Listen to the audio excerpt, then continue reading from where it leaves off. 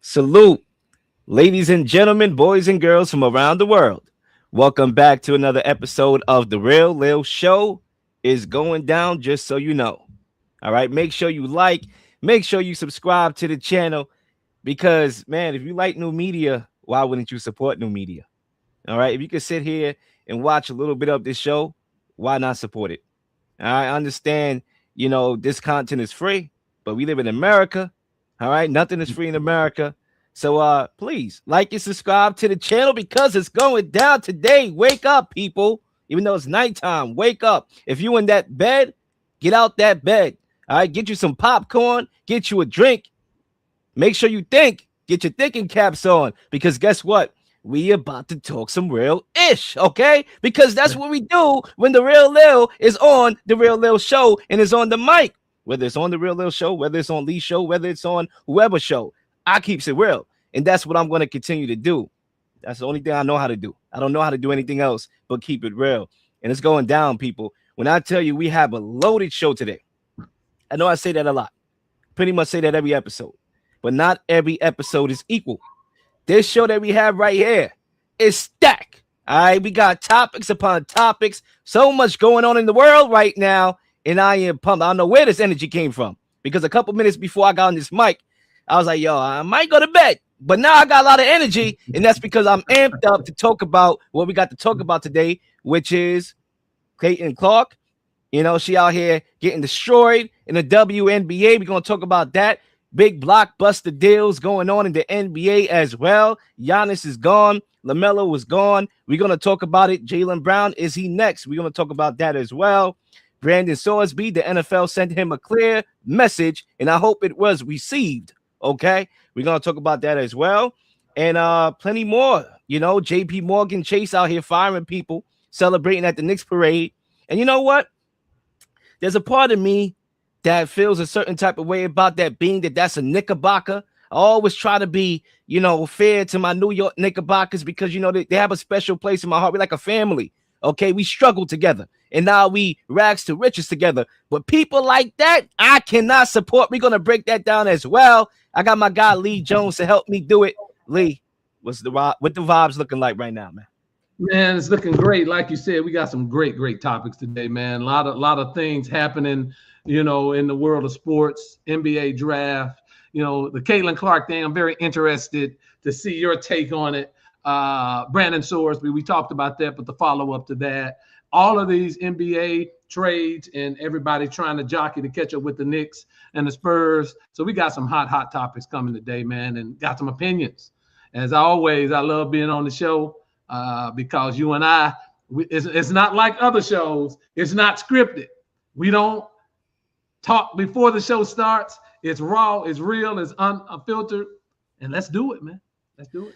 And we might as well do it just like Nike did. All right. And we are going to start off with topic number 1, which is the NBA is on fire right now as we have 2 blockbuster deals that went down. And I want to start this off and hit it from a couple of angles here, which is what did the Wolves and Heat blockbuster deal say about the demand for star talent in the NBA today? And then we'll follow that up with a even bigger question. But before we get to that part 2 question, Lee, I want to know your overall thoughts on both of the blockbuster deals and what does this say about the current state of the NBA when it comes to all-star level talent? Well, I think everybody's trying to catch up with the Knicks and the Spurs. I think that's, people looking at different ways to approach it and how do you overtake the Knicks as far as the team aspect of it. They're a unit, and teams are trying to jockey to see how they can really catch up with the Knicks. But moreover, in the Western Conference, it's like, how can you get past the Spurs and the Thunder? And you look at what Minnesota did today with LaMelo.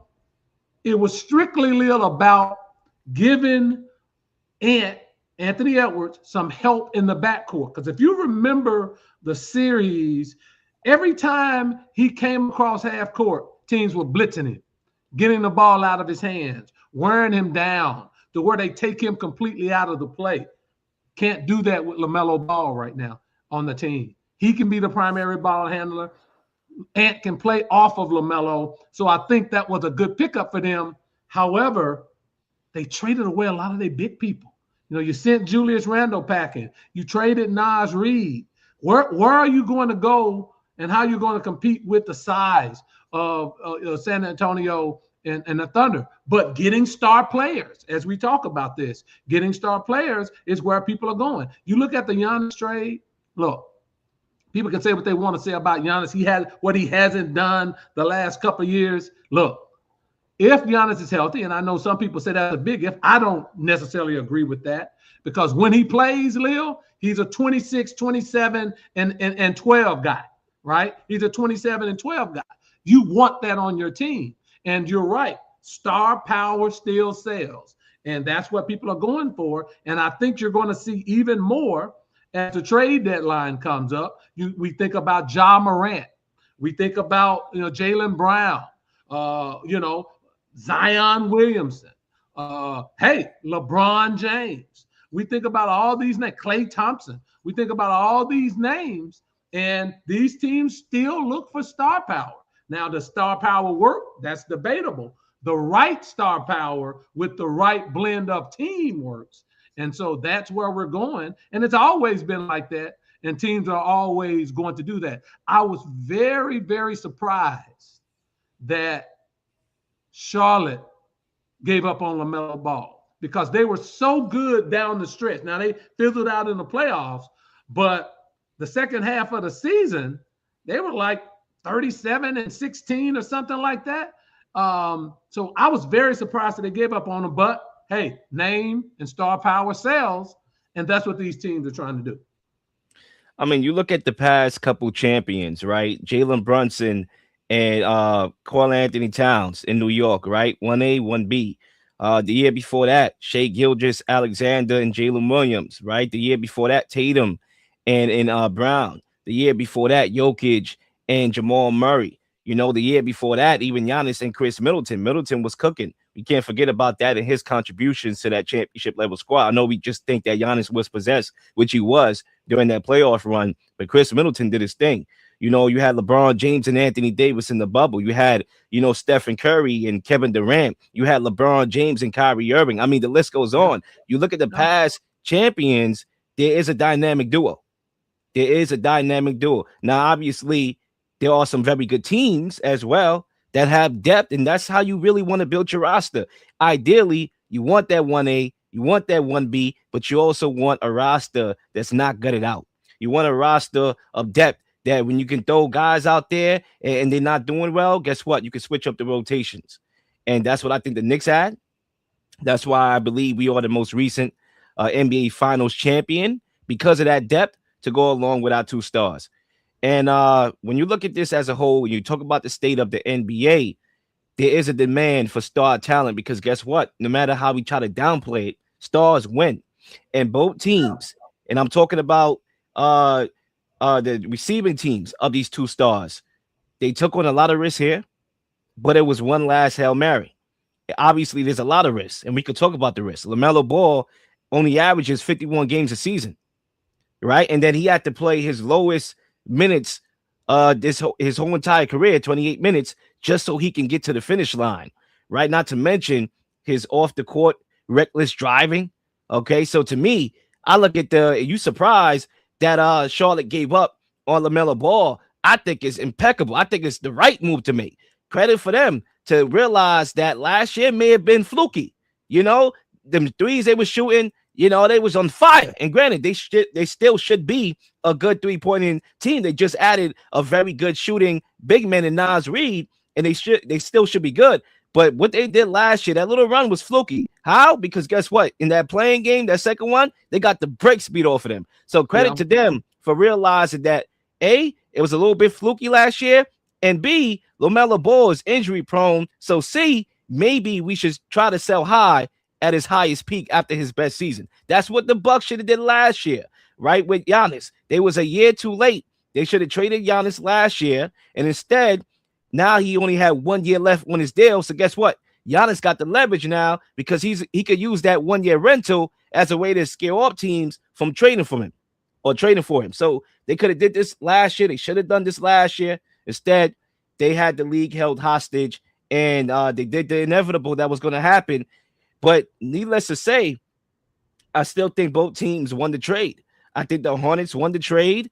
I think when you look at Nas Reed, you wasn't going to get Rudy Gobert. You don't want Rudy Gobert because Rudy Gobert is probably on his way out of his prime, right? He's old. So at the end of the day, I mean, you look at the timeline and the timeline for the Hornets, that wasn't going to work. Nas Reed fits better in the timeline. Obviously, they have a 3-point thing going on. He fits right into that as well. He could fire away from three. I like it. You wasn't going to get, and if you're the Hornets, excuse me, if you're the Timberwolves, you didn't have to give up McDaniels. I think that's impeccable as well. So I think everybody pretty much won here. You look at things from the other perspective of the Bucks. Giannis is 31. His playing style does not age. It doesn't age well in theory. He suffered multiple calf injuries as well over the last couple of years, and they were able to get a pretty decent, a package full of players that Miami somewhat developed and play and picks, which is what you want in a Giannis deal when you're trying to rebuild. You don't want Jaylen Brown, right? You want players that you can develop that fits more on your timeline. Even though Jaylen Brown is still young, yeah, sure, he's proven. You want guys that you can develop from scratch because it's going to be a long way from contention here. So to me, I look at it from all four phases, each side. I can see why the Timberwolves, and I can see why Miami made the gambles they did. It is a gamble. It is risk involved. I see why they did it. And I think that the teams that lost these star players also didn't do bad by the trade. I think they got proper compensation. So that's why I will leave it. Remember this about Charlotte. Charlotte got a lot. They shoot a lot of threes. They got a lot of threes based off of LaMelo Ball's ball handling and his ability to penetrate and kick and his playmaking ability. They're going to miss that. Kobe White is not that. That's not, and they signed him to a new deal, but he is not LaMelo ball handling, breaking down the offense. So I think that's going to be missed in Charlotte. I like the pickup for the Timberwolves, but like I said earlier, because it alleviates ball handling from Anthony Edwards. But what I don't like about the Timberwolves is, you could say what you want to say about Julius Randle, but he's a big body. He plays defense. They really have downsized their team by trading Nas Reed and Julius Randle. It'll be interesting to see what they do in free agency to bring some size back to that team because you're playing against a Wemby and you're playing against the size of what and the Thunder drafted another big man. The kid from Michigan. He's 7'3", so that's size. So Minnesota's going to need some size to combat that. So I want to see what they do in free agency. Now, when I turn to Milwaukee, Milwaukee got a lot of talent back. Milwaukee's not going to contend for a number of years, Leel. So that is what it is. But they did get a lot of pieces. They can sort through how they want to build their team for the future. Look, Miami's good. I love Giannis and Bam together. I love what they have there. I love some of the other pieces that they have. Now they're going to have to get shooters around Bam and Giannis. Now that's might be a little difficult because they don't have a lot of salary cap. They have like $18 million in salary cap. But how they fill out that team will tell me how good the Bucks are going to be. But make no mistake about it, Giannis is going to be on a mission. Giannis, he could be back into MVP status this year. And for all those people that say the Bucks, him going from the Bucks to Miami is not going to be a good deal. Look, there's not a lot of great teams after the Knicks in the Eastern Conference. Miami's setting themselves up, depending on what they do around them, of course, to be in contention in the East.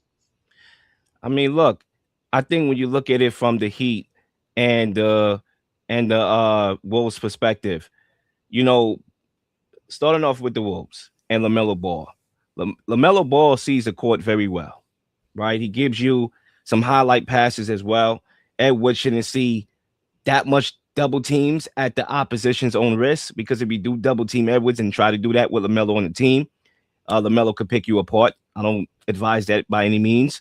You have Jaden McDaniels at the 4 now. I believe he's going to be at the 4. So he has a skill to be able to create at the 4 as well. Obviously, we know what he does as a perimeter defender.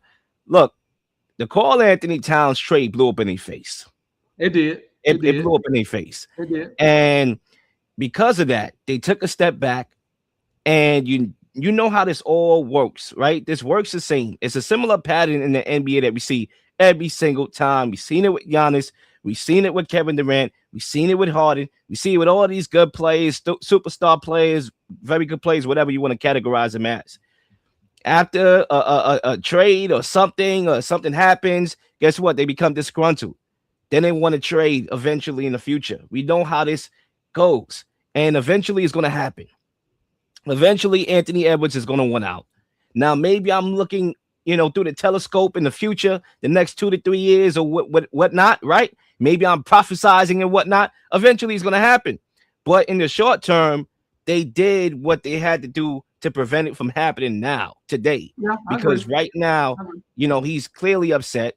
How could you not be? You watch Karl Anthony Towns, who was on your team, get traded, and it just blows up in your face. And you take an L at the L, and the guy that was a part of the deal, you just sent off as a salary dump to Brooklyn. How could you not be disgruntled? So this was the Timberwolves saying, you know what? I'm going to make you happy for now. I'm going to throw caution in the wind and see how far we can go before the inevitable happens, because it's like a movie that I've seen the script 10 times already. I know how it's going to end. It's going to end just like how the Giannis ended. We have to see what they do in free agency. I think that there's still another level that Minnesota can go as far as piecing that team together, because first of all, McDaniels can't play the 4. He's not big and physical enough. He can't play the 4. So they're going to have to bring in some other pieces to fill out that team. But, you get DiVincenzo back.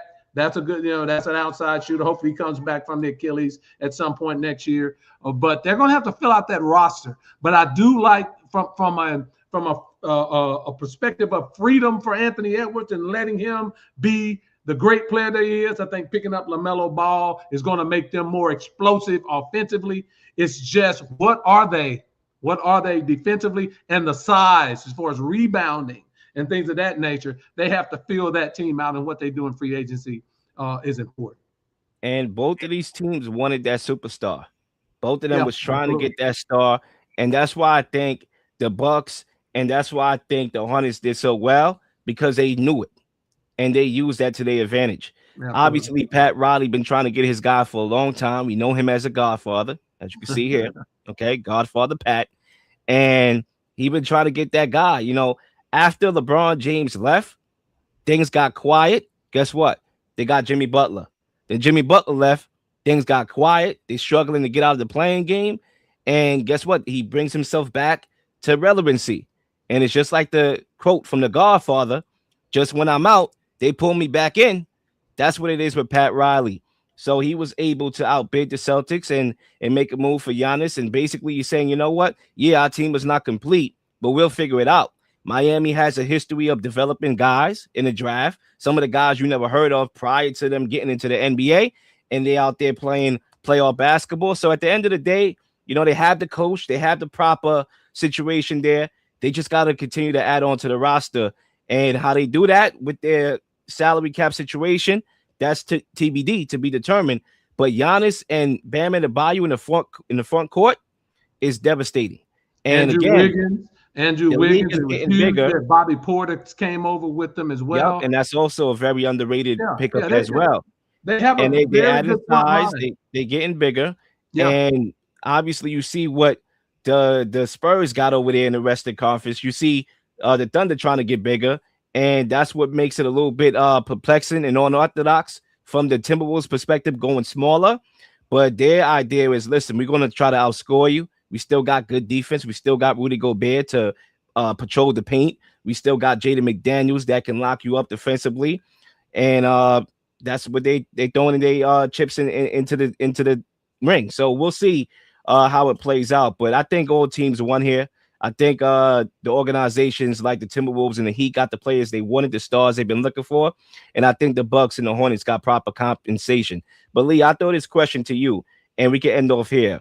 Who do you think is closer to, you know, the top range, right? Because I don't believe that either team is tier one. So who would you believe is closer to tier one, Miami or the Timberwolves? Oh, certainly it's Miami. And I base that on the conference, the teams that are above them in the conference, the teams that are right next to them. When you look at the West, you not only do you have San Antonio and the Thunder, you have Houston, who will get Van Vliet back. You have Denver. You have still Golden State, who can score with anybody now, still with Steph Curry. So you have a lot of teams. You have a lot of teams to go through. When you look at the East, you know, Miami with Bam and Giannis and Portis and Wiggins. And unfortunately, they're going to lose Norman Powell, but because they can't pay him. But Davion Mitchell is an ascending player. They have talent still on that team. They got to get more shooting. I think, especially when they lose Powell, get some more shooting. But Miami always developed people very well. And so there's people on that team, to your point, that we don't know anything about that's going to probably step up. But I like where Miami's at. You know, Miami is setting themselves up, you know, to be a contender in the East, because you don't see, other than the Knicks, you don't see a team that would scare you in the Eastern Conference. Cleveland certainly doesn't. You know, none of these teams. Detroit still struggling. We don't know what they are. And so none of these teams scare you. So Miami's setting themselves up to be one of the top teams in the East, in my opinion.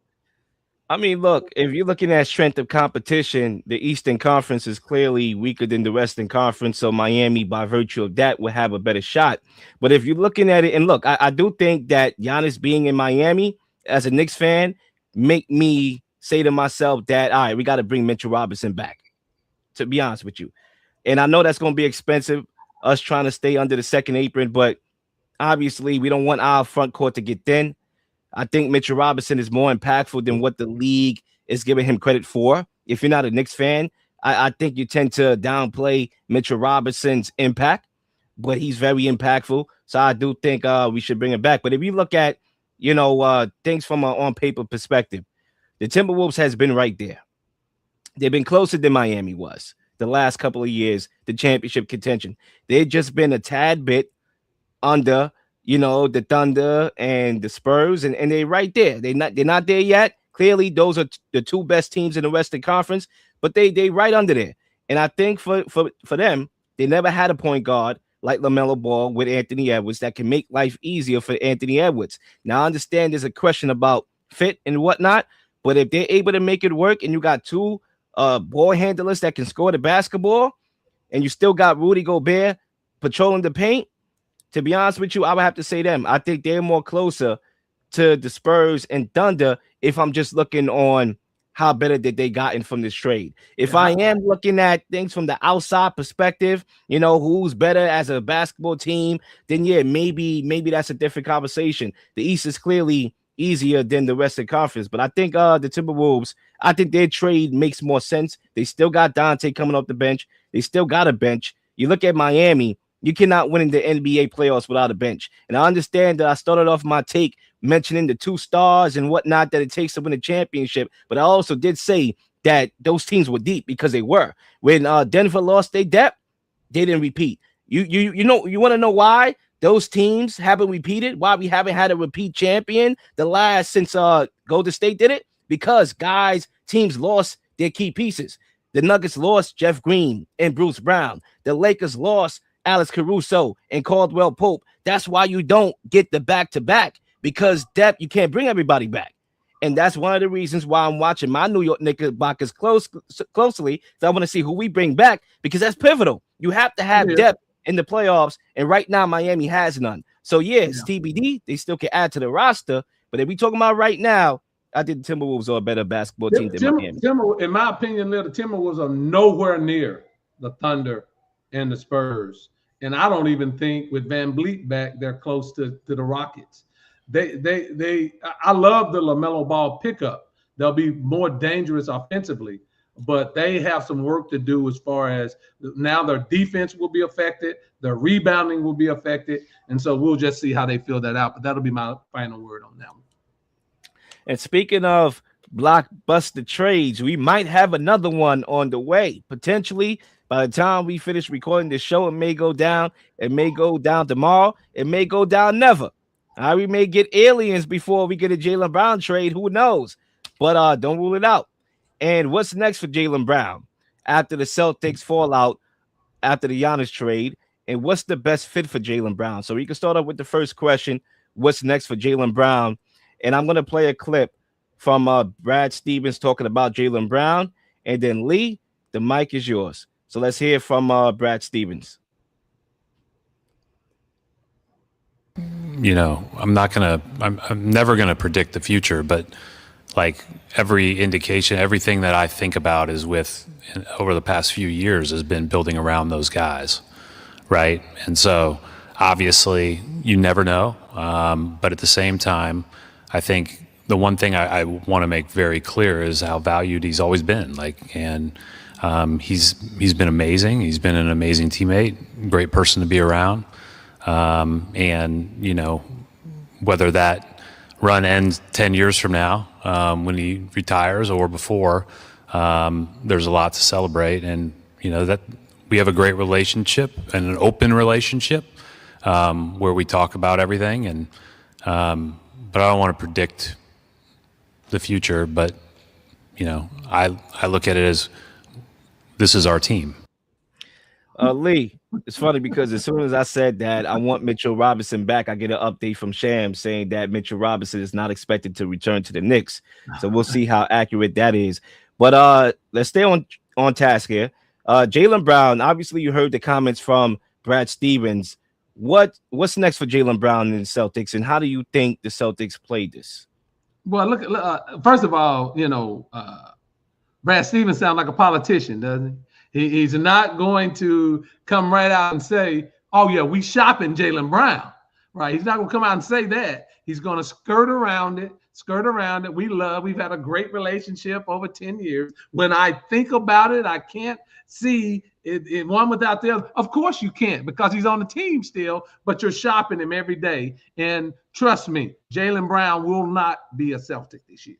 He's going to be moved. There is no doubt about that. Boston never, even though he had an MVP type season this year, they never, ever considered that to be Jaylen Brown's team. They never did, and they never will. That is Jason Tatum's team. I don't care any way you look at it. They're total sort of polar opposites of each other, right, Leel? You know, Brown, very, very highly intelligent, very analytical, thinks about things, not afraid to speak his mind. Jaylen Brown, Tatum's more reserved, family man, not going to rock the boat. He total opposites. And I think for business-wise, the Celtics have always favored Tatum, and they're going to continue to favor Tatum. So I think Brown is on his way out. He's on his way out. Now, you ask me, if I was a GM of the Atlanta Hawks, first call I'll be making right there. Atlanta Hawks trying to get the hometown kid from Atlanta, the Atlanta metro area from Atlanta. I'd get Jaylen Brown down with the Hawks. The Hawks have good depth. They have good size. They have great players. They the only team that took the Knicks that really was a battle this playoff series. I would call immediately. It'd be my first call to try to pry Jaylen Brown from the Celtics. If I was the Dallas Mavericks, you have a lot of pieces. The Mavericks have a lot of talent, a lot of depth, a lot of size, which something that Boston needs. I would make the call over in the Western Conference. He would be somebody that I would be on. That Dallas, they have the cachet. And can you imagine pairing him with Kyrie Irving and Cooper Flag? That'll be a tremendous entertaining team. Those are the two teams that really come to mind. But any team would be great with Jaylen Brown because he's that good of a star. But those two teams, I think if they got him, they make an immediate leap to the top of their conference as far as how they can play and what they would get. And they have the bench and the pieces along with draft picks to send to Boston for Jaylen Brown. I want to talk about this situation before I talk about which fit I believe that he fits better on or who should make the deal and whatnot. If I'm the Celtics, I'm not trading. I'm not trading Jaylen Brown. I'm not. And look, I'll defend Jaylen Brown till the cows come home. He's the most disrespected star, all-star in basketball. I agree. I agree. And the Celtics had him in trade talks for the last couple years in Kevin Durant and Giannis. And I could understand the Kevin Durant negotiations at that time. Brown was still adding layers to his game, still a little bit raw, still developing, and Kevin Durant was in his prime. Understandable. I understand why you didn't, why the trade didn't happen, why you inquired, whatever. Then the Giannis trade, right? The Giannis potential trade that fell through. And in some regards, I could understand it too. I could understand the fit with Giannis and Tatum. Obviously, Giannis will address the Celtics' biggest weakness, which is their inability to generate rim pressure. Obviously, ranking 27th in that department in paint points last season. So his paint presence would obviously give the Celtics even more spacing. So I understand that.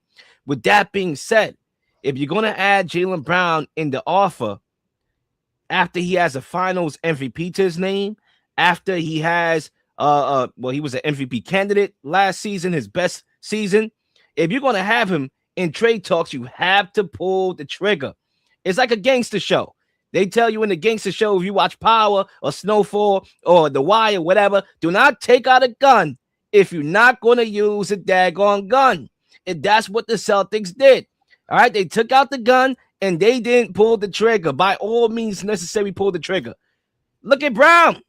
His market is better. You can't have him in trade rumors after he done won the finals MVP. Tatum didn't win that.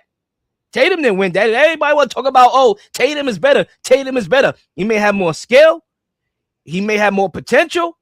But as of right now, I don't know if he's better than Jaylen Brown because accolades say otherwise. He was never in an MVP finalist, Jason Tatum. He didn't win a finals MVP. In them four quarters, where was Tatum? Nowhere to be found. It was Brown that was setting the pace. It was Brown that was a vocal leader. It was Brown that said, you know what? I'm going to have that Kobe mentality while this cat want to be all cute and finesse and all of that. Come on, bro. Save me with the nonsense. In what world is Tatum a significantly better player than Jaylen Brown? If anything, don't they're disrespect Tatum. He's the first team All NBA type of guy, but I don't think they're that far off. I will say that, but they definitely not far off. They definitely not far off, but yet you constantly have this guy in trade talks. And again, I understand it to a certain extent, but in this case, in the Giannis case, if you're going to do it, there's no coming back like how you was able to come back after Kevin Durant. Jaylen Brown knew Kevin Durant was clearly a better player. So guess what? Although he may have been offended, it wasn't the be-all, end-all. They paid him. They gave him the largest contract in the NBA at that time, and everybody moved on. Guess what? They won a championship. He was a finals MVP. Now it's different. There's no coming back. And once you took out that gun, you should have pulled the trigger. So if I'm the front office, I'm literally using Tatum for good. I'm saying, you know what, Tatum? Come out. Let's do a press conference. Let's do a PR campaign and come out and talk about why you love playing with Jaylen Brown and why y'all want to win another title together and why y'all should win it back and run it back. There's no reason why you should be trading Jaylen Brown. What the hell are you trading Jaylen Brown for? How does that make you better? There's no trade. And look, I have a couple trades in my mind that I feel would be solid value for a guy like Jaylen Brown, but does it make them better than where they were with Jaylen Brown? It doesn't. Not the trade that I have in my mind. It's a good trade, but at the end of the day, it doesn't make them better. So what's the point? If you're not going to make it, if it's not going to make you better, if it's going to make you the same or a step back, what's the point of it? So I'll talk about the trade that I have in my mind. But Lee, I said a lot there. I'm going to allow you to respond. No, you said you made some good points. And let me say this. He's not that far off from Jason Tatum. You're right about that. I don't want to disrespect Tatum, but Tatum is a highly skilled basketball player. Like I said, multiple first They're different. One is skilled. One is more athletic. One is more finesse. One has more dog. I mean, you cannot pick and choose what attributes you think is better than other attributes. Just like the Jalen Brunson conversation. He may not be as skillful as SGA or Cade Cunningham, but he gets the job done. In the fourth quarter, you can count on him. He won a championship, so He won the Finals MVP. You know, I agree. I agree. No, everything that you're saying is true. I just don't want to disrespect Jason Tatum because Jason Tatum is that man. He's no, just a still good. quieter He's still that assassin. dude, too. Now, like I said earlier, it you know, and I agree with you. There is no trade out there after you didn't get Giannis that's going to make you better. That would have been the Jaylen only Brown. trade that they could have made Yeah. if they pulled the trigger. That would have made them better, Yeah, and I could agree with that.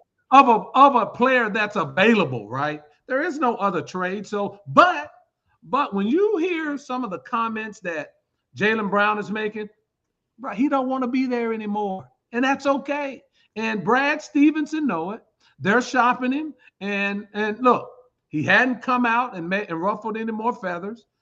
I'm sure they're keeping him abreast of the trade talks. And let me say this, Leel, when you get to be, so he's won a championship, right? He's won an finals MVP. When you get to be 27, 28, you want your own team.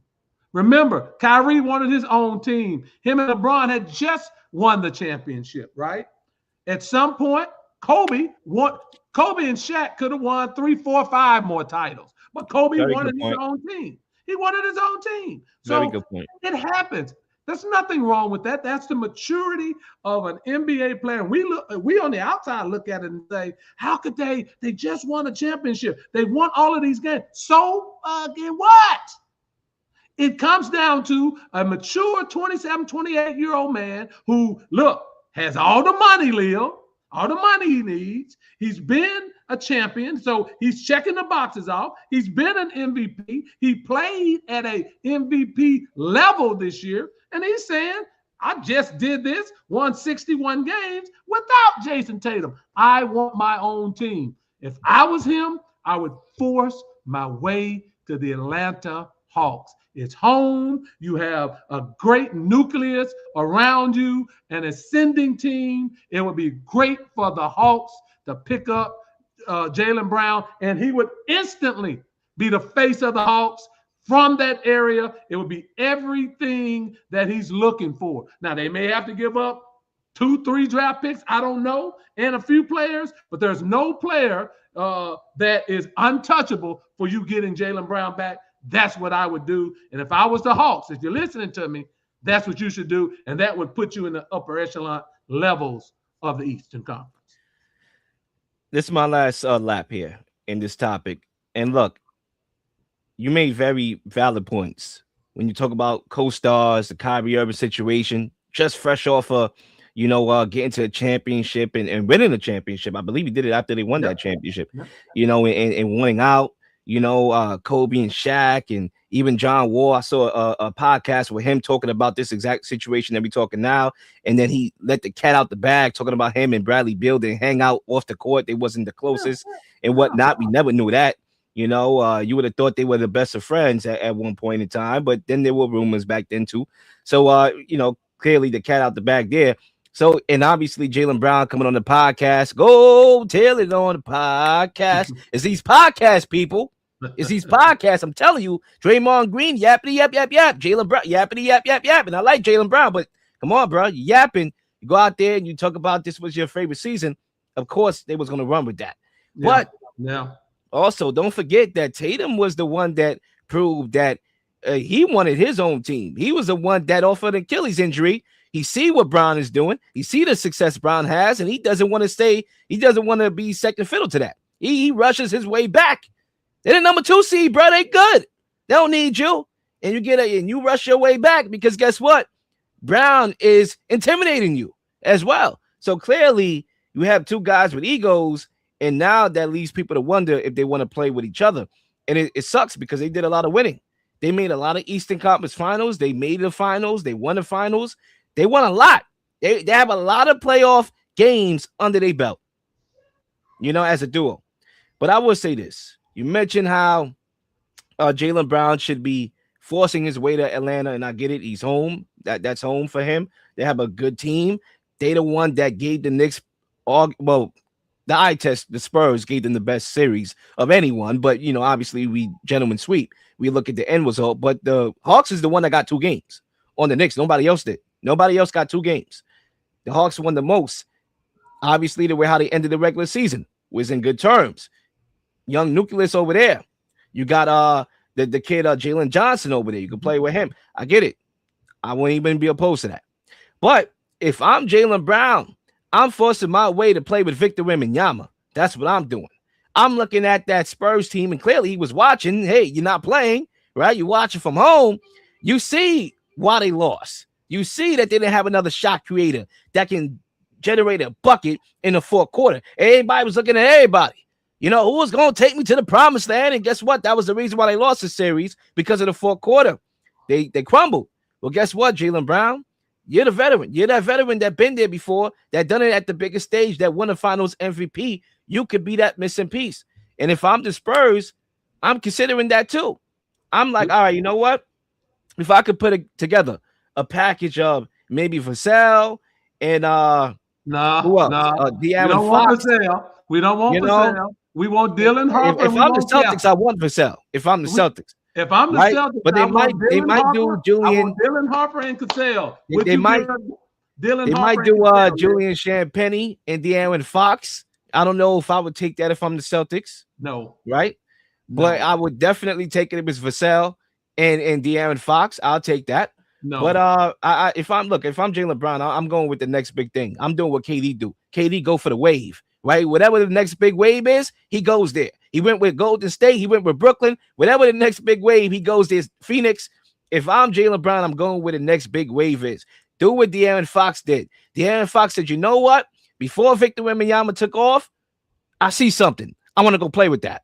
I think Jaylen Brown traded for De'Aaron Fox, though, Leel. Answer this question. Would you trade Dylan Harper and Castle for Jaylen Brown? That would be what you had to. I would not do that if I'm the Spurs. I would do that in a heartbeat if I'm the Celtics. Yeah, I would too.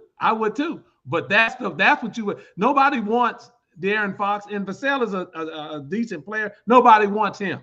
You would want the two key pieces of Castle and Harper, and I don't think the San Antonio. But here's the problem, though. Here's the problem. The problem is, again, this is why when you take out the gun, you pull the trigger. The problem is the league saw this happen. They saw what just happened. You think the league didn't saw what just happened? How they bombed on the Giannis trade, Boston, and they know they're going to operate off a place of desperation. And they're going to capitalize off of that. And we're going to come back and say, you know what? Wait, Jaylen Brown went for that? Only that? I can see that coming. Again, there's no trade that unless it's a couple players and whatnot, there's no trade that I believe that I'm going to come back on the show and be like, you know what? The other team won the trade. Yeah, you can't get value for him, Leel. That's the whole thing. And you're right, because now everybody knows they're trying to trade him. They know this. And again, there's no trade out there that's going to yield a haul for the Celtics. That's what I'm saying. And going to take them to a level to where they're going to be. And that's why I picked the trade that I picked, because, again, I think Brown should want to go there. And plus, I think the Celtics is not going to get proper value. So even if that trade happens, obviously the Spurs win that trade to me, then guess what? You know, that's probably going to happen. They're probably going to be the loser in the trade anyway, Boston. You just want to get, you know, Julian Champagnie obviously can knock down threes, playoff experience now. De'Aaron Fox, I know what we saw of him was a mess, but he's still a ball handler that if he gets his burst back, still can give you 20 a night, you know, on a good day. Hopefully, you know, obviously I understand people. I understand we saw the playoffs and it was terrible. I wouldn't do it. But I would say this, and I'm going to end here. I wouldn't trade him. I wouldn't trade Brown. He's 3 years under contract. What am I trading him for? Yeah. But anyway, we are going to move on. And folks, I told you that it was a stacked show. It is. We are halfway through the show. We still got another half of the show to go. We might as well keep it moving. We are going to stop in the NFL, and we are going to talk about Brandon Sorsby. And I'm looking forward to talking about this topic. You know, obviously we did last week, but there's some new developments as the NFL cancels the supplementary draft. Okay. And now we're going to talk about it right now. Can Sorsby change the narrative? And what do you think about the NFL canceling the supplementary draft? Lee, the mic is yours. Yeah. You know, look, nothing trumps the NFL shield, Leah. Nothing. And they weren't going to no matter what they said, and they talked about it wasn't significant enough and all that foolishness, nothing trumps the NFL Shield. And to allow Sorsby in with a supplemental draft says that they're condoning that gambling aspect of it from a player. NFL wasn't going to do that. They're going to make him sit. They're going to make him sit. They're going to make him prove to them that not just his lawyer saying he went to rehab and all that. They're going to make him prove it to him, and he still may have a suspension. So, no, the NFL operates, that's the cardinal sin, right? And gambling is the cardinal sin. And they were not going to allow this person, Sorsby, to manipulate his way into the NFL after he caused all that turmoil in college. So, no, the Shield is more important than anything. They're always going to protect the integrity of the Shield. Plus, Leel, they're in the gambling business. So they certainly can't have one of their players, an important coming into the league that's an admitted gambler and gambling on his own team. So they're going to put him through a lot of hoops and hurdles. They're going to make him go to rehab and go to the counseling they want him to go to. They're probably going to suspend him, and they're going to make him prove not only to them, but to the general public that he shows regret, remorse, and then they might let him back in the league. But the NFL don't play with the Shield. And because they're in bed with gambling, they cannot have a player betting on their own team. I don't care if you didn't play. They can't have that, and they weren't not going to let him in. So that's what the NFL is all about, and that's what they do, bro. That's what they do. So to my guy, Kenny, you missed a lot. We dived into the whole NBA. We're going to come back, obviously, into the NBA in a few. But salute to my guy, Kenny, for tapping in.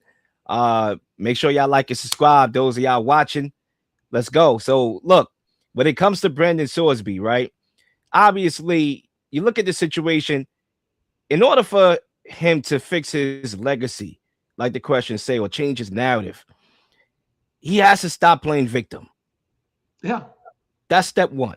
Stop it. Stop, my brother. Pause. Time out. Flag. Stop it, bro. Stop where you are right now and stop playing victim. Because we could talk about counseling for gambling, whatever sounds good. But the reality is he made 90,000 bets. He needs to major in gambling counseling. Okay. He needs to pick up a major in college of gambling counseling, bro. 2 years, bro. Ain't no rinky dink, gambling session. Oh, okay, I'm done. I'm out. No. All right. Counseling is not accountability. It's not. Yeah, he wanted to be rewarded, Leel. He wanted to be rewarded. That's what this whole thing And was instead about. of him owning up to his decisions and his actions, he ran to a sympathetic judge, like what most of these guys do. When they get a ruling that they don't like, they go get a sympathetic judge to get an injunction. And then his agent has the nerve to bring Cincinnati into this mess. Talking about Cincinnati knew about his gambling addiction, and they hid it under the rug. What are you pointing fingers for? What does Cincinnati got to do with this? Why is the agent bringing Cincinnati into this? You're trying to bring down everybody down in the burning building, and then he ditches for the supplementary draft after Texas Tech kind of got the heat on him and the backlash. Okay, I'm gonna try to get to the draft, and now he's not going to be able to get into the draft. And then now he's talking about the NFLPA potentially and suing them, or not suing them, but trying to get them to get him in. Like, no, stop playing victim. Stop pointing fingers. Stop saying Cincinnati was a part of this and this guy was a part of this and my friend hit me up and asked me to parlay. Stop ratting. Okay, can we stop snitching, please? All right. Look, the NFL is a forgiving league when it comes to domestic violence. It's a forgiving league when it comes to dog torture. Okay, Michael Vick, etc. But one thing the NFL isn't forgiving on is messing with the integrity of the game. And Sorsby did that, betting on his own team in college. That scared the hell out of the NFL. And if I'm the NFL, the only way I allow Sorsby back into my league next year is he's going to have to run a scared straight gambling program in the league. and say, you know what? Hey, I gambled my way out of $50 million. Don't follow my footsteps. If you ain't going on the Scared Straight tour as a counseling program, you know, whether it's in college or whether it's locally, you know, in other sports leagues and whatnot, I don't want you in my league because you can talk about all the counseling you're doing. We don't even know. We don't even know how legitimate that is. Come on, save me with the nonsense. The NFL did the right thing here. And I think in order for Sorsby to change his narrative, it starts with stop playing victim and take accountability. The one thing, and I'll close with this, you know, they talk about him suing and they hope that the NFLPA takes up his case. Look, in the collective bargaining agreement, it's up to the NFL. It was collectively bargained that the NFL will decide on who and when and on the supplemental draft. Has no leg to stand on, and the PA is not going to get involved in that either because it goes to the integrity of the game. And no one, not the NFLPA, not the NFL administration, not the players, want to have the illusion that a person or a player can affect the game by gambling outside of the game and therefore affecting the games on Sunday, Mondays, and Thursdays. They don't want that. And with Sorsby, look, you can say what you want to say. I think he's going to have to do a lot as far as counseling that the NFL wants and have it supervised by them and their doctors. And also, I still say it might be a suspension coming in the door for him just to put an exclamation point on it, right? Because that's how the NFL operates. So you know, you won't hear from Mr. Sorsby for another year or so, and he better walk a clear and straight line or he'll never get in the NFL. This is my last point, and then we're going to move on. I don't know if the NFL does this. To my estimation, I don't know anything about this.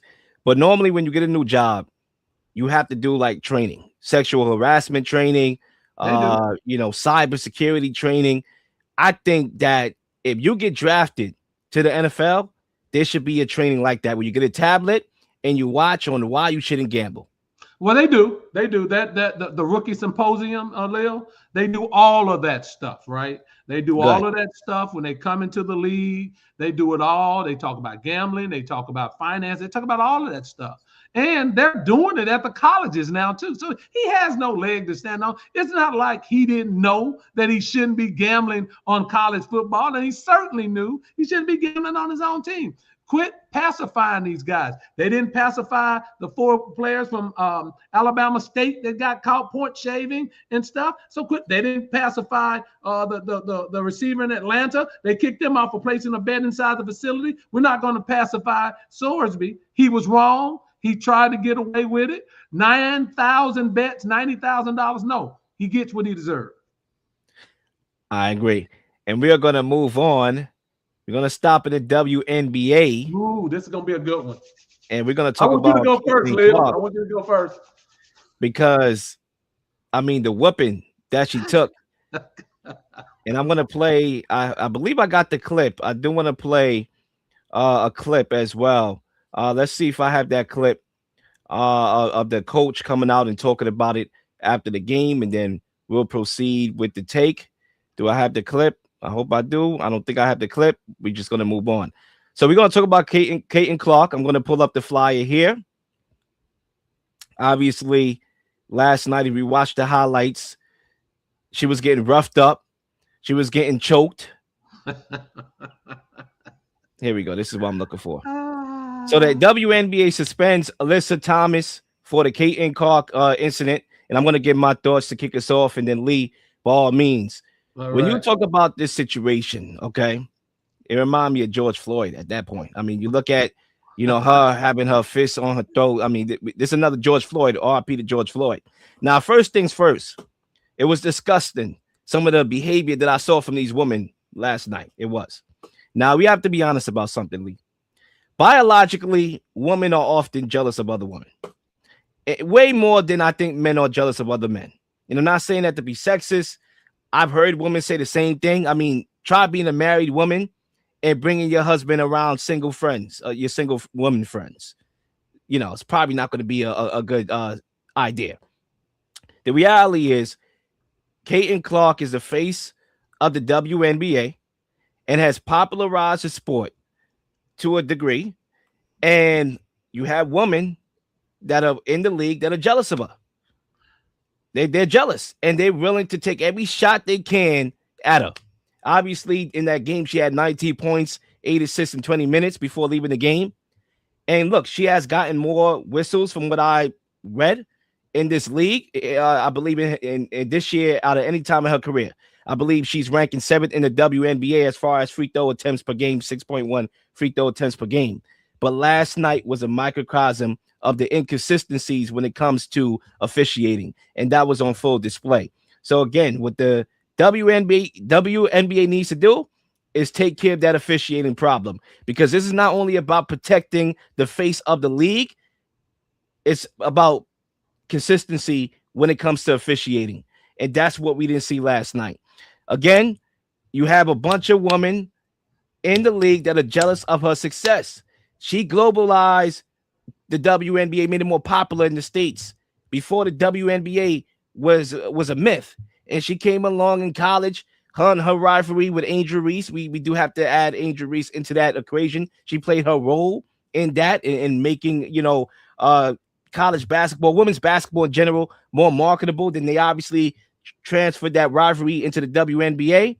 And you have women that are jealous and they're willing to take every shot they can at her and try to hurt her. And Lee, that's the microcosm that I want to talk about, is that women tend to be jealous of other women. Well, Lee, I'll pass the mic to you. I like your points, but let me say that. I'm a big WNBA fan. I watch a lot of the games, and I've watched it throughout the years. And a lot of people that have heard me talk about Caitlin Clark, I try to come at it from a very real perspective, and sometimes people get frustrated on it. But I'm gonna break it down for your audience. Look, Caitlin Clark, first of all, brought in some different eyes on the WNBA that would have never came in to the league. Now, the league has always been a great league. It's always had great players, but she brought in different eyes coming from Iowa, the run that she had, her popularity coming into the league. So different eyes, more eyes came on it. Immediate jump in TV ratings and attendance, because everybody thought that she was going to come in and she was going to be this ultra dominant player, not just a good player, but ultimate dominant player from the way she dominated in college. And so that's the story of Caitlin Clark and how her persona when she came into the league was. Now, you say a lot of these women are jealous. I don't think it's jealousy. What I do think it is, Leel, is if you've ever competed in sports, and when someone comes and they say, that's the top dog, that's the person, this is the one, right? You're going to compete your ass off to prove to that person and anybody else that said, no, she ain't all that. Lee, I'm better. Lee, is a hand, is a fist down her throat. Is that competing, or is that something else? I saw the game last night. I watched the game last night. And let me say this.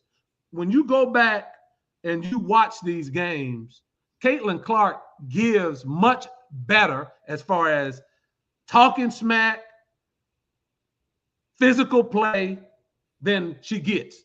She gives this just as much. So people don't talk about that because she's sort of the darling, supposedly, of the league. Now, that play last night. Now, it deserved a flagrant one, because when Caitlin fell and Alyssa Thompson she was off balance as well. She fell on her, but she did put her fist down in her neck. Now, she didn't hit her. She didn't go and punch her in her neck, but her fist was in the neck, and she deserved a flagrant one. She didn't get it. I'm glad they upgraded. I don't know about the suspension, Leo, because last year I saw a girl pull Angel Reese down by her hair, and she got a flagrant foul, but she didn't get suspended. So the officiating sometimes in the WNBA is off. It really is. They let them play very physical, and a physical game against Caitlin Clark doesn't accentuate her skill set. And that's sort of what some of the people that be complaining so much about. But let me say this, Liv, before I turn it back over to you. When you look at the WNBA, the best player in the WNBA is A'ja Wilson, hands down, right? Hands down. And then you have your stars that come in pecking order of her. You think about the Olivia Miles point guard that just came into the league for Minnesota. Tremendous talent. Going to take over the league. You think about Juju Smith coming. There are ladies in high school right now that are dunking off 2 feet. The WNBA is in great shape. And it's not really dependent on Caitlin Clark. If you look at last year when Caitlin Clark was hurt, still ratings were good. Buildings were sold out. You got 2 additional franchises this year. You got 2 more coming. They're going to 50 games. That's not all because of Caitlin Clark. That's a fallacy. But what I will say is, yeah, they play her physical because that's the way you get her out of her game. They look for her defensively. They go at her defensively, and they play her physical. If you let her have free reign to shoot the ball, she's an excellent shooter. And I'm going to say this. Caitlin Clark is not a bad. She's a very, very good player. Ultimate superstar? No, but a very, very good player. And so she deserved the flagrant foul upgrade, but I don't want it to seem like, oh, when they show the pictures, it's like they show only the part where her hand is down. They didn't see her fall on top of her. They didn't see that. But if you've watched these games and you've seen Caitlin Clark and how Caitlin Clark play and how much smack she talks, then you would say this stuff is on even par, and you would have a different perspective as I do. I like Caitlin. I enjoy watching her play, but come on, guys. If you really know basketball, LaShawn McCoy today, and then I'm going to turn it back over to you, said, Caitlin Clark should just leave and see what the W and something to that effect. I guarantee you LaShawn McCoy don't watch WNBA basketball because it's a league of talented women that can play the game, and the league is ascending. That's why they got the new CBA, not just because of Caitlin Clark, because they have great talent that is ascending, that is a viable entertainment in the summertime. And so that's my take on the whole situation. I mean, look, one of the reasons why it's more popular today is because of Caitlin Clark. Now, maybe everybody else held up their weight, but it's more popular today because of the eyes that she brought to the game, and we cannot underestimate that. We cannot sit here with a straight face, because I didn't care about the WNBA until I heard about Caitlin Clark. Point blank, period. People have been trying to get me to watch that for years. I still don't watch it consistently, but I watch a little bit of it because she's the one that really opened my eyes to watch it. She piqued your interest, Leel. She piqued your interest because you heard all the hype. But when you watch the games, the few games that you've watched her play, right? I mean, she's not dominant. Clearly, she's not dominant. She's a very good player, but she's not dominant. But it's not even only about dominant. You see, Steph Curry, you want to compare her to Steph Curry, right? That's a fair comparison. Steph Curry wasn't dominant. He was a very good player before he won the championships, but he became the face of the league right before he took the Warriors to the championship. He wasn't dominant, though. It was when he won the championships that he became a dominant player. So again, he was hurt a lot. He was hurt. Exactly. He was hurt a lot. He wasn't a good defender at that time. So people was able to be physical with him a little bit, but obviously you get away with a lot more clearly in the WNBA. You could knock people out. It seemed like it, choke people out. Clearly the NBA, you could get, you can't get away with as much. But Steph Curry, he worked his way up to being a dominant player. So yeah, Caitlin Clark is not dominant, but she's still box office in ways that Steph Curry was box office. She's a very good player. She's not the best player on our team. I've said that for over a year now. Kelsey. Now I would say this. I do believe that one of the things that this highlights is the fact that officiating should be more consistent.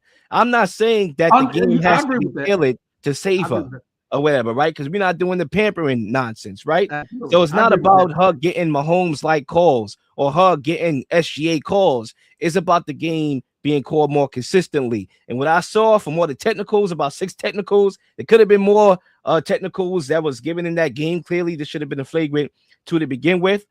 But at the end of the day, with that being said, it still was poor officiating and clearly still activities that I thought should have happened a thing.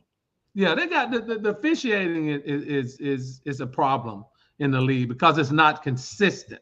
It's not consistent, and that leads to stuff like this, Leel. It's not consistent, and they need to do something about the officiating. But I just don't.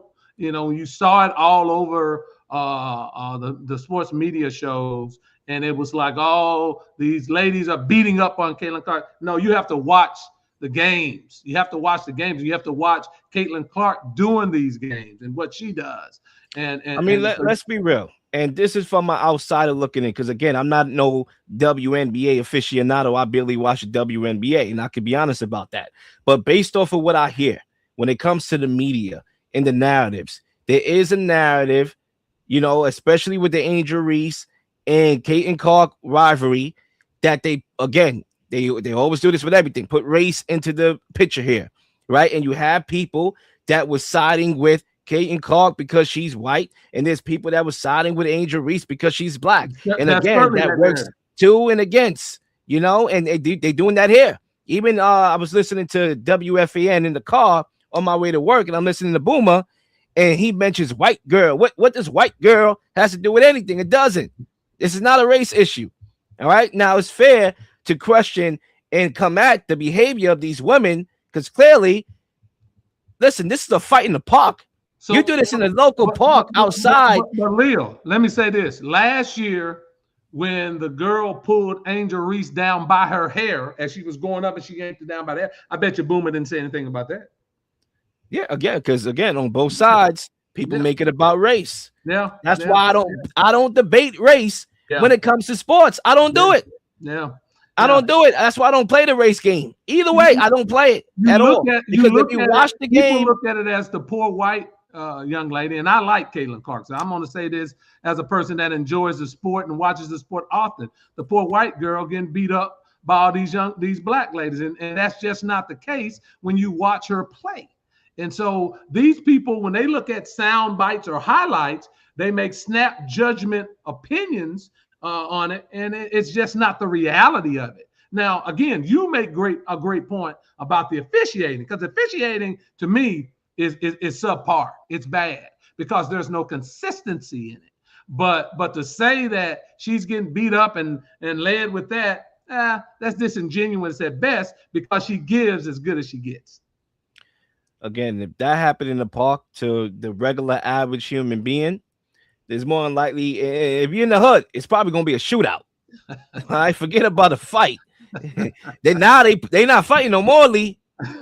They don't want to get jumped in front of millions of people on social media, so they pulling out the blicky. It's a wrap. So I'll just leave it there. Again, Caitlin Clark has got me interested in the WNBA. I tell you, you should watch more games. No, I am. I'm interested in the sport now. Let me say this.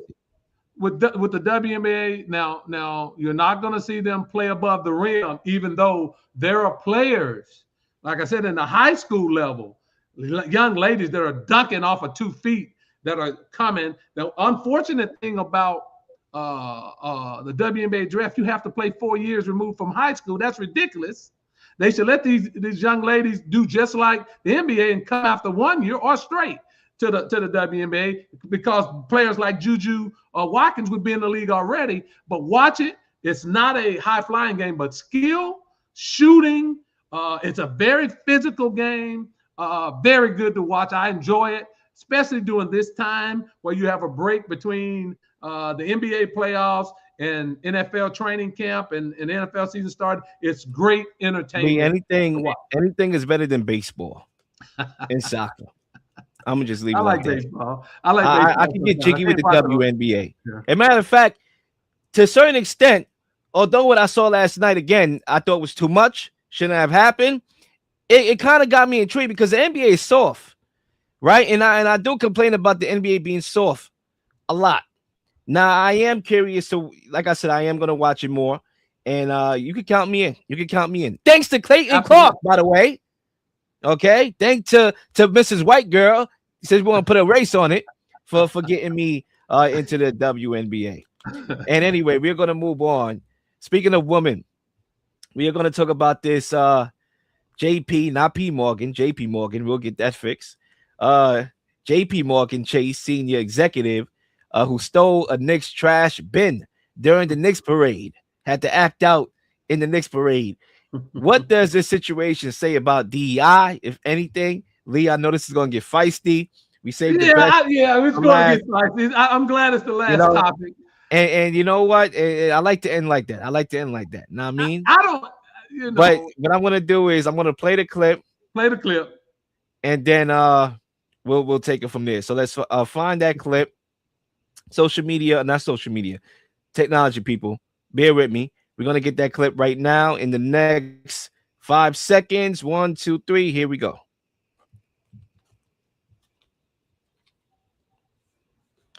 Pointless. All that trash that's on that floor. Let's run the clip back.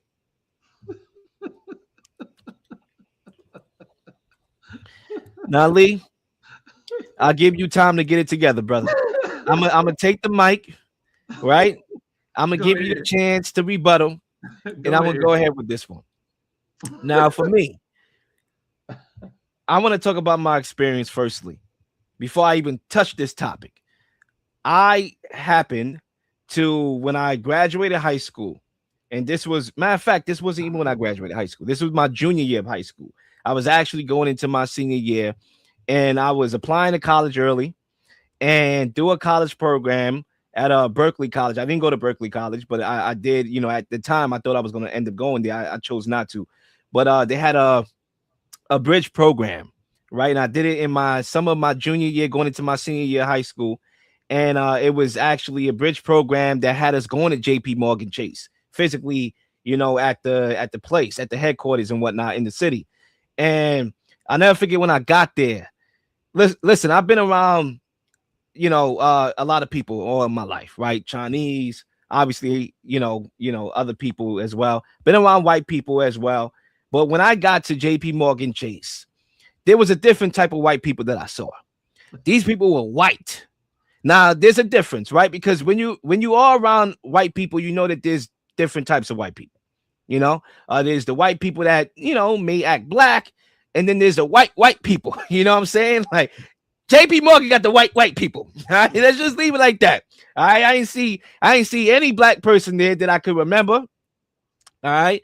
I was probably the only black person there. And I remember when we was at the table and we had some of the higher ups talking about JP Morgan and whatnot. I felt like everybody was watching me, and mind you, I was sleepy that day. I had to wake up early. So, I was dozing off like Sleepy Joe, and whatnot. I had to, tell myself to wake up. I went there one day, never went back. I was like, nah, it's a wrap. It's not my thing. I say that to say, when you talk about DEI must DIE. It must go. It must die. It's done. It's a wrap. I want to pull up this woman's resume because I speak for the average American. All right. I'm not one of these people that I lose where I came from. All right? I'm just like everybody else. I work a 9 to 5. I go to work and I go home and I look for even better jobs. That's what I do. Okay. Salute to the job that I'm working at right now. But I just got to keep it a bean. All right. We looking for more moolah. All right. Show me the money. All right, Lee, I'm going to pull up this resume. All right. We about to talk. All right. I hope we can see it. Clearly, it's not blowing up enough. But this is her resume. Right, for those who got the really good eyes. I don't have the really good eyes. I have good eyes, not really good eyes. I can't see this. All right, Stevie Wonder can't either. This woman has an associate's degree. That's the top level of education she has. Mind you, there are people out here with master's degrees that is out here struggling that is getting denied by Starbucks. People with master's degrees, okay? They price themselves out. They're overqualified. And this woman has an associate's degree, making $250,000 a year as a base salary. This doesn't include bonuses that she makes that probably could make her worth $300K a year potentially, right? $250K base salary, and she was hired as a DEI person. How do you know that, Leel? How do you know she's hired as a DEI person? First off, qualified. Who worked their ass off, who went to college, who spent money, took out loans, master's degree and all of that, still paying off the loans to this day, can even get a job at McDonald's. And you have this woman who looked like a fat slob out here at a daggone Knicks parade, taking trash out in the street like she don't give a care in the world. This is the problem that I have with DEI. Because at the end of the day, it should be about merit, Lee.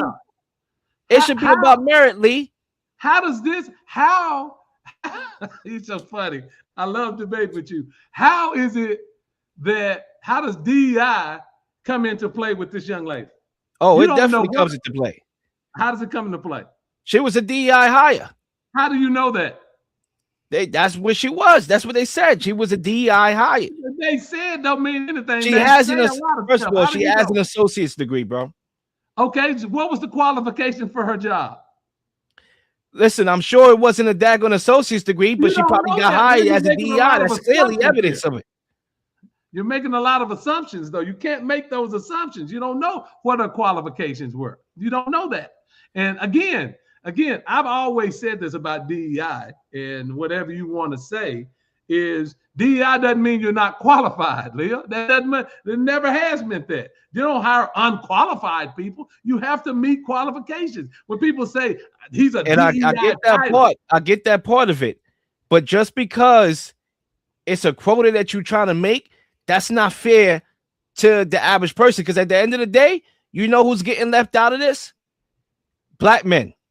DEI was not meant, and look, I'm gonna get real deep, and some people may be able to understand, some people may not. DEI wasn't created for fairness. DEI was created to stop the nuclear family. That's what it was created for. I mean, look at JP Morgan's numbers, right? We're talking about JP Morgan. If we look at the stats, and Lee, you a stat man, guess what? I bought you a Christmas gift. Stats. All right. 52% of the global workforce at JP Morgan Chase is women. Black women make up 6 to 10% of it. Guess what? Black men, 4 to 5%. okay. According to JP Morgan Chase. So what does that 1 in tell 4 you? out of black women out-earn their husbands. So, Again, but DEI stop right is there, not Leel. benefiting black men. Stop. Right. It's not benefiting black men. Is to your point, since you brought the numbers in for analytics purposes, is not benefiting black people at all. Black women, black men, they're only at on average. I agree with that. I agree with that to a certain extent. Yeah, I agree with that. When we talk about DEI, what That's we're my point. talking about is not necessarily giving anybody anything. It's about making sure the same way when there were only, like the SEC was lily white, with only white, but giving the black athlete an opportunity to play, giving black workers an opportunity to be seen and hired that are just as qualified, that have just as much skill. That's what DEI was meant to do, and I think that's what it did. Now, some people use it to say, okay, DEI. Like I was making an example of a pilot that flies a plane. Some white people say when they go on a plane and they see a black pilot, they think, take a second look. Why? I bet you get from point I can understand it though. I can understand it not from a black man perspective, but I can understand it from, let's say, for example, a woman perspective, right? Let's say you see a woman. I can understand that. Lee, maybe call me all the names you want. I can understand that from a. You can understand what? You can understand what? A pilot woman, and you'd be like, okay, you could be a little bit murky because women and guys are built differently.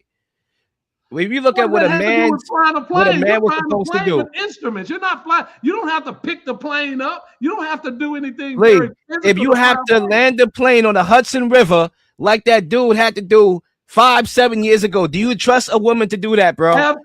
Let's be honest. Let's stop trying to be nice. No, I'm not. I absolutely do, because you're not to fly a plane, Leel. You don't need. It's about the instruments and understanding the instruments and how to fly. It has nothing to do with gender. It has nothing to do with that. I mean, you see videos. You've seen when that Trump assassination attempt happened in Butler, Pennsylvania. They had a woman, agent that was supposed to protect him. She couldn't even get the daggone gun out the coaster.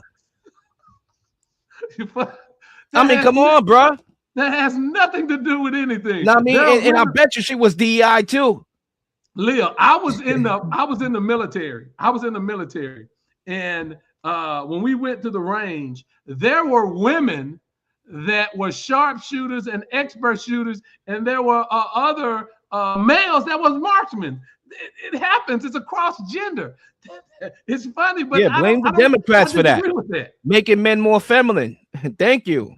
Tampons in boys' bathrooms. This person was an idiot. If you want to say anything about this person and the trash can issue, that was an idiot. Now, wasn't the smartest person in the world. I could see if you put the trash somewhere else and you dumped it, Leel. You dumped it right on the street in broad daylight. That's stupid. That's stupid. You played yourself. This exposes as Ice-T would say.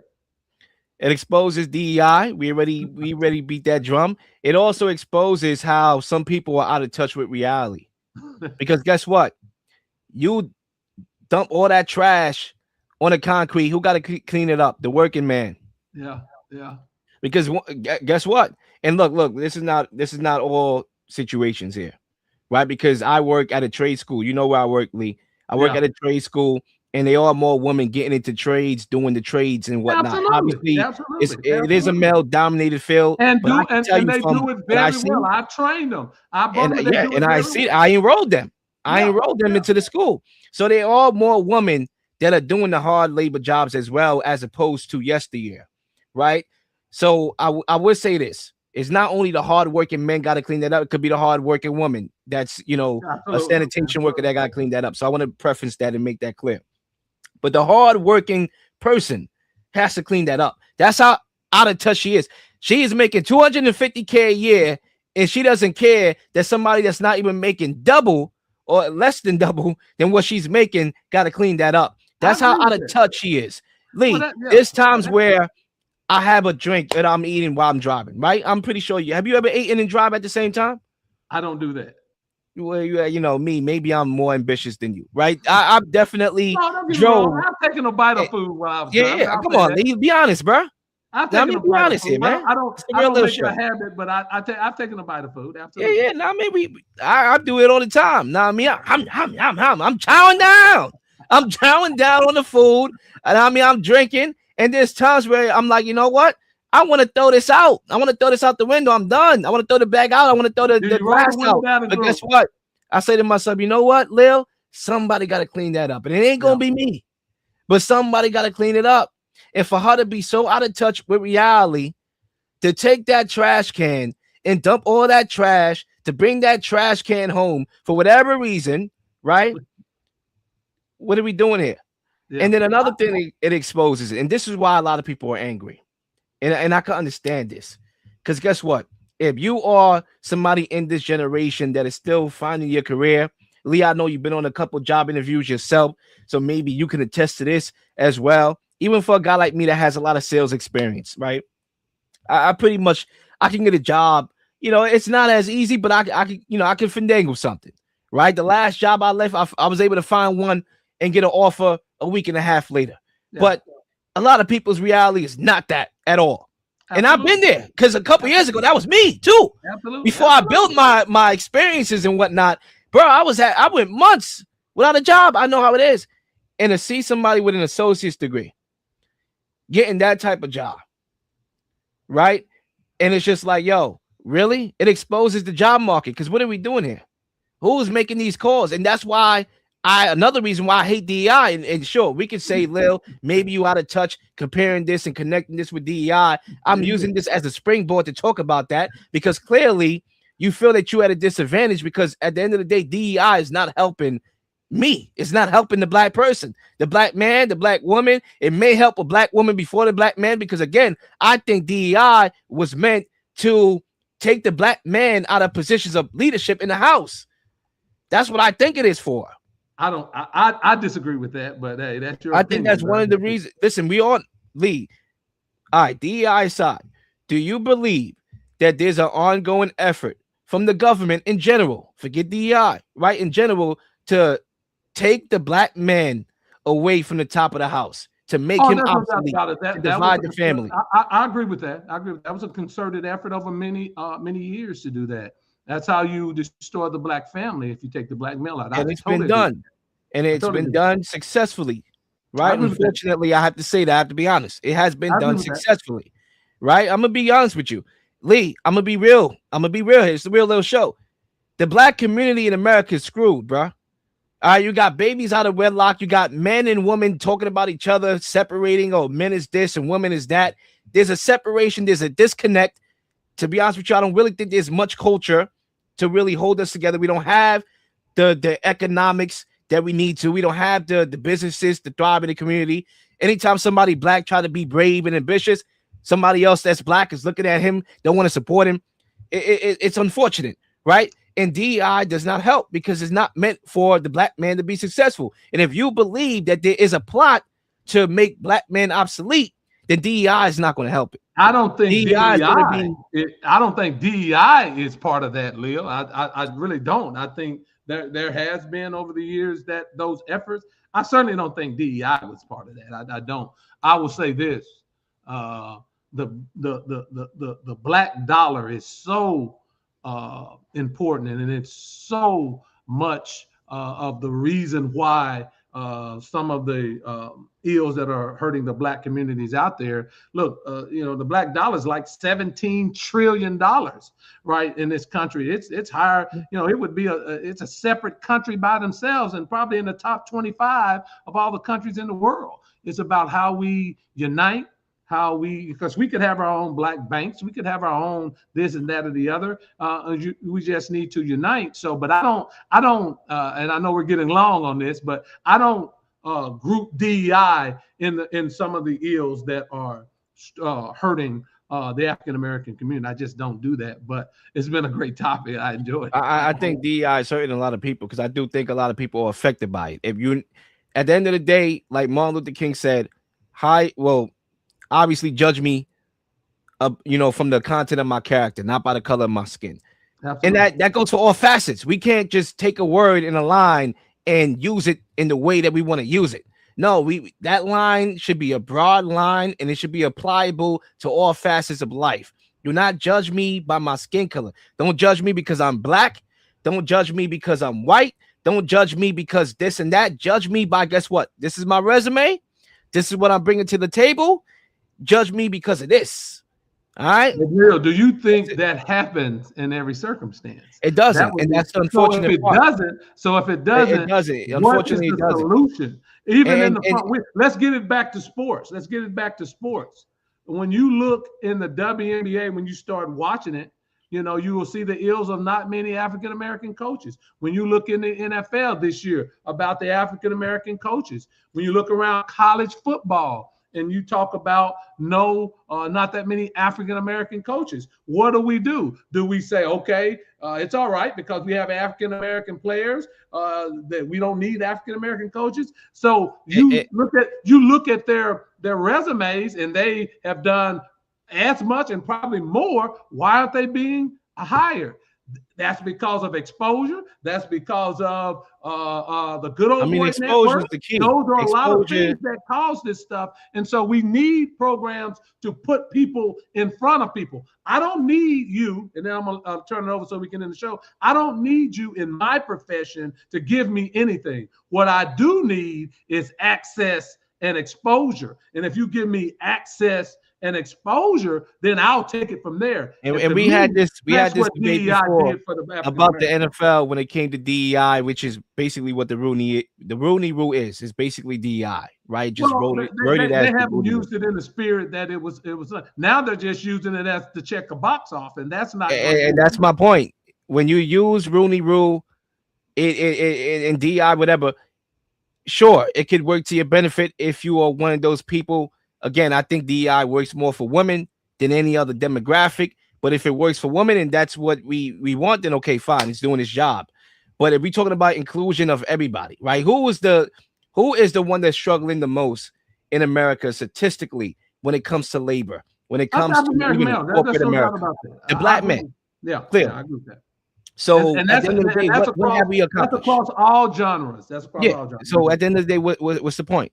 And at the end of the day, to be honest with you, the way how I see it, and maybe I'm just old-fashioned conservative, I believe that the men are supposed to lead the household. But obviously, we live in a different time. We live in a different America. You accept it for what it is. You move on. You adapt. Whatever. Cool. But when it comes to the NFL and the Rooney Rule, that joint wastes people's time. Brian Flores, he dropped the lawsuit. Guess what? He went on the interviews. He got put in front of those people. And guess what he said when he went on those interviews? The owner of Denver, the quarterback, John Elway, was drunk, was laughing, didn't take him seriously. You know, he had his time wasted. It's in the lawsuit. He sued the NFL because of that. So at the end of the day, he wasted his time. Hiring comes from access. And how you get access, you be in the locker rooms, you know, you're a defensive coordinator, you're an OC. That's where the access comes from. For owners, Leel, and for owners, you have to be even further than that. You have to be in their circle. You have to be in where the owners are. And a lot of these billionaire owners who you need to get to know and you need to talk with and you need to be in their circle, they don't run in the same circles that a lot of African men. That's why access is so important to getting African American coaches on the college level too, because they're not involved on the same level in the same room, so they can talk about the same thing. So and the same thing can be said about where corporate America in general is. You know, the access is not there. I don't think DEI helps with that. Again, it doesn't help the target that needs it the most.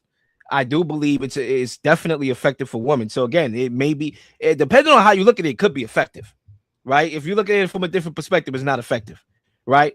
And obviously, to put a bow to this topic, you know, again, as a Knicks fan, I hate to see this. It makes no sense. I am walking in the conundrum because she is a Knicks fan, and again, I look at my Knicks fans as my brothers and sisters and whatnot. But yeah, she had to get the works for me. She had to get the flame thrown at her because this was idiotic.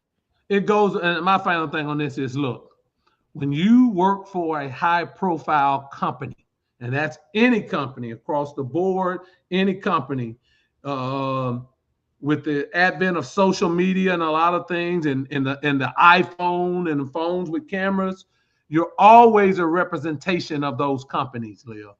And so what you do on your downtime, and as I talk to people that I employ and work with, you have to understand this. What you do on your downtime is still a reflection of that company. And when people found out she was with JP Morgan Chase and she was dumping trash on the sideline and had no regard for what she was doing, hey, that's the result.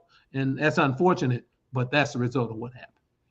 Yeah, I mean, maybe JP Morgan Chase needs to reevaluate who they're hiring because they literally had a sex scandal, a woman that was fired for a sex scandal going on over there. I don't know. Maybe they need to reevaluate, you know, where they're looking at. But like I said, I've been to JP Morgan Chase. I've been in those headquarters before, a bridge program that I did prior to me entering my senior year of high school. And what I saw was the widest people you will ever see.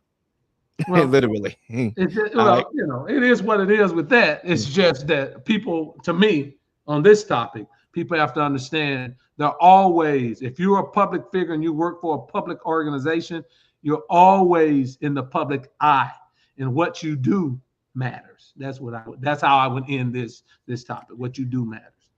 And I agree with that. And ladies and gentlemen, that wraps up another episode of the Real Leel Show. It was a stack show, like I promised, and I believe we delivered. And Lee, thank you for coming on. And man, plug yourself in before we depart. Well, look, hey, Lee Jones, After the Buzzer show with Lee Jones will be on this Sunday, 6:30 p.m. Central. We're going to have some great topics as well. And let me say this about this show. I love coming on this show because we get to talk about real topics. We get to have real unfiltered emotion. And, you know, Leel, I love Leel because, you know, our opinions don't always agree, but he comes from a perspective of a person with a great heart, a great mind. And I really, really enjoy debating with him. So, guys, anytime on this show, I love it. And I love when you come on my show. And this has been a great hour and a half, man, and great topics. And I hope your audience enjoyed it because I did. Definitely. I definitely enjoy playing the part in this show. And make sure y'all like and subscribe to the channel. Make sure you support Lee Jones podcast as well, After the Buzzers. And I will be on that show on Sunday as well. And ladies and gentlemen, till next time, peace out. All right. Peace. Sports, politics, conspiracy theories. We are here to give you our unique perspectives on things happening in the world. It's the one and only, The Real Leel on The Real Leel Show.